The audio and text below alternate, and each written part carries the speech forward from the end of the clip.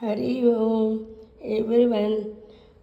Subscribe చేసుకున్న వాళ్ళకి చేసుకున్న వాళ్ళకి అందరికి కూడా సంక్రాంతి శుభాకాంక్షలమ్మ.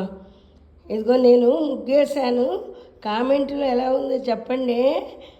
ఏదో పెద్దదాని కదా ఆనందపడతాను, ఎందుకంటే నలుగురికి ఆదర్శంగా ఉండాలి. ఆవిడే వేయంగా మేము ఎంత బాగా వేస్తాం అనుకోవాలి. చూసారా, చిన్నపిల్ల చక్కగా అలంకరించుకొని ఏం రాసింది చెప్పండి. నాకు వేస్తూ తీయటం రాదు. అదిగో నేను వేసినవన్నీ ఇక్కడ పెట్టాను, చూసారా కలర్స్. దేంతో వేశాను మీరు కామెంట్ ద్వారా చెప్పాలి, ఓకేనా. ఈ అమ్మాయి ఏం చెప్తున్నది, గాలిపటం ఎగిరేస్తూ కూడా హరి ఓం ఎవ్రీవన్ హాయ్ అని చెప్తున్నది. హాయ్ రాయలేదా, నేను రాయలా, చేయి ఇలా చూపించి హరి ఓం ఎవ్రీవన్ అని చెప్తుంది గాలిపడం ఎగిరేస్తూ.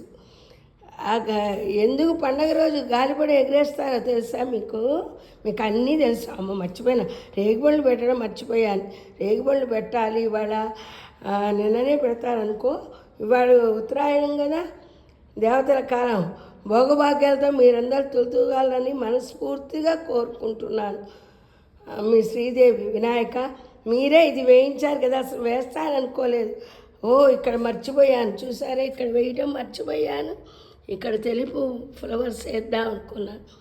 జ్ఞాపశక్తి తగ్గుతున్నదమ్మా. ఇదిగో ఇక్కడ ఏం రాశాను, మకర సంక్రాంతి శుభాకాంక్షలు.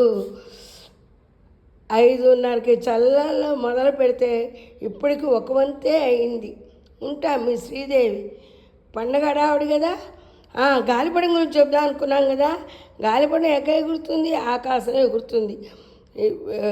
గాలిపటం ఎగిరేసేవాడు జాగ్రత్తగా ఎగిరేయాలి, ఎందుకంటే తీగలకి పక్షులకి వేడి తగలకుండా మళ్ళీ మన గాలిపటం ఆడుకున్నాక మళ్ళీ మన చేతికి రావాలి.